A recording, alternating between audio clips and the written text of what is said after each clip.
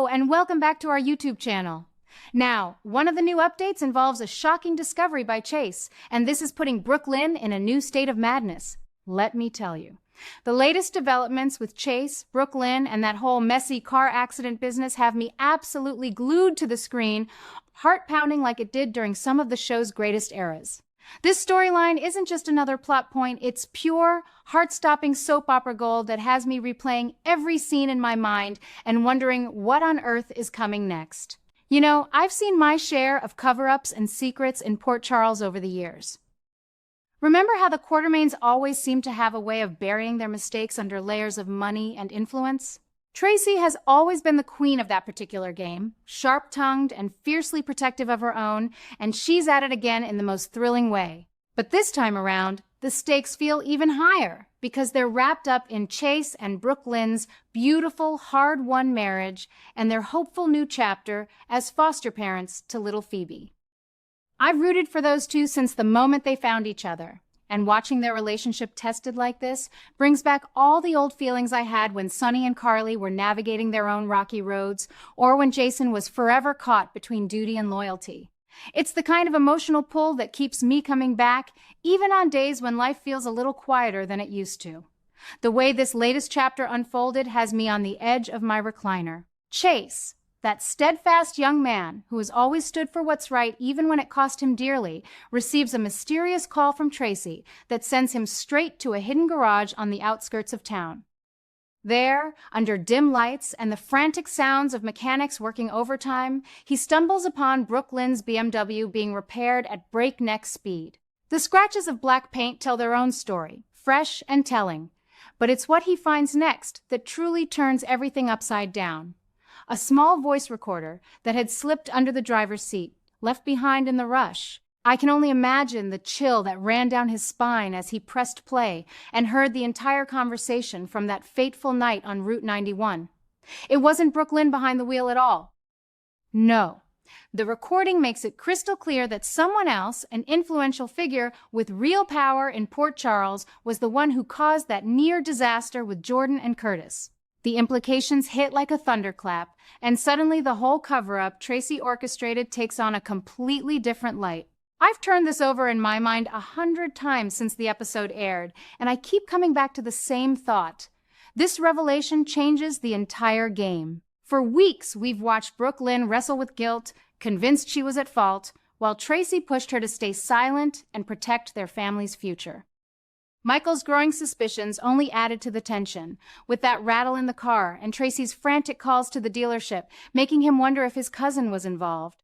But now, with this recorder in Chase's hands, it's obvious the show is steering us towards something much bigger and far more dangerous. The powerful person caught on tape isn't just anyone. There's someone whose exposure could shake the very foundations of Port Charles. I won't pretend to know exactly who it is, yet the writers are keeping that deliciously close to the vest. But the way Chase's face paled as he listened tells me we're about to see the kind of moral earthquake the show does best. What really has me captivated, though, is the impossible choice staring Chase in the face. Here's a man who built his career on integrity, a former detective who's already faced suspension and doubts about his own path. Does he step forward with the truth, risking everything: his badge, his reputation, maybe even the fragile stability he and Brook have fought so hard to build?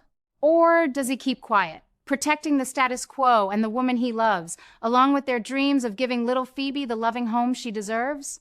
I've asked myself that question over and over, just like I'm sure every longtime viewer has. In my heart, I want Chase to do the right thing, the way he always has, because Port Charles thrives on justice, eventually winning out. Yet I also understand the pull of love and family. Brook has come so far, finding her strength after years of uncertainty, and watching her bond with that sweet baby has been one of the most touching things I've seen in recent seasons. If revealing the truth destroys their chance at fostering Phoebe or tears their marriage apart, who could blame Chase for hesitating? It's the kind of dilemma that feels so real, even in the midst of all the larger-than-life drama. This new twist has me reflecting on how different it is from the original direction the accident storylines seemed to be heading.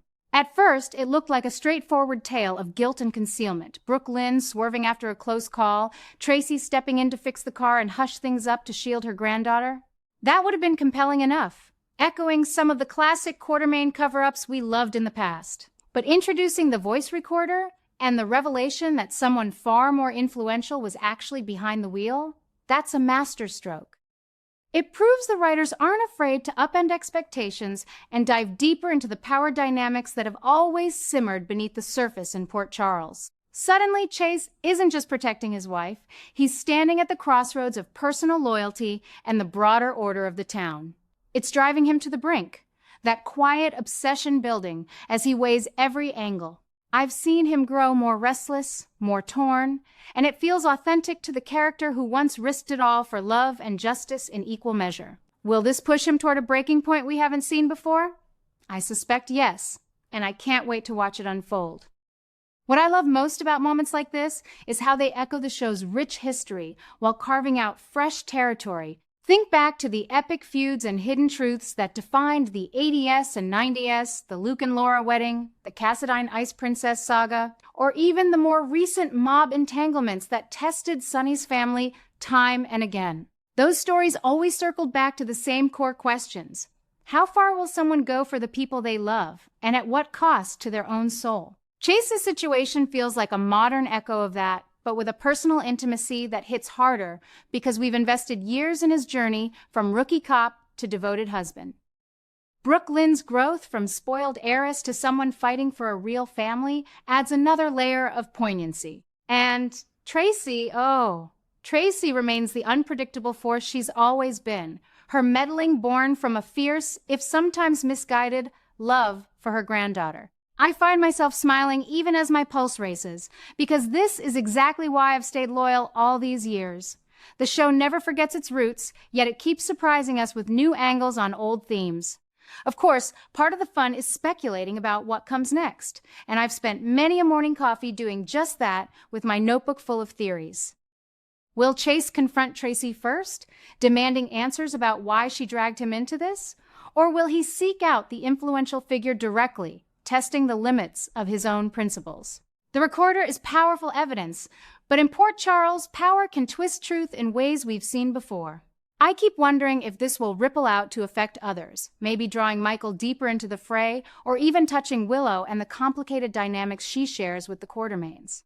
The fostering of Phoebe adds such tender stakes. One wrong move and that innocent child's future could hang in the balance.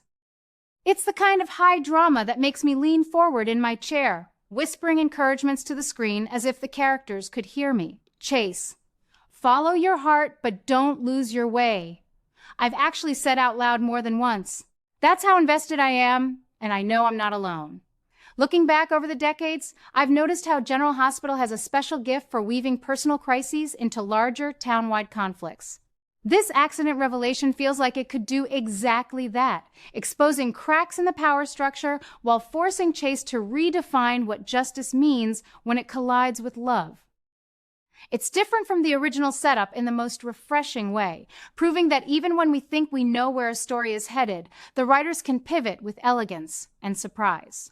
Instead of a simple cover-up among family, we're now looking at potential corruption at higher levels, with Chase caught in the middle, like a modern-day hero facing an impossible test.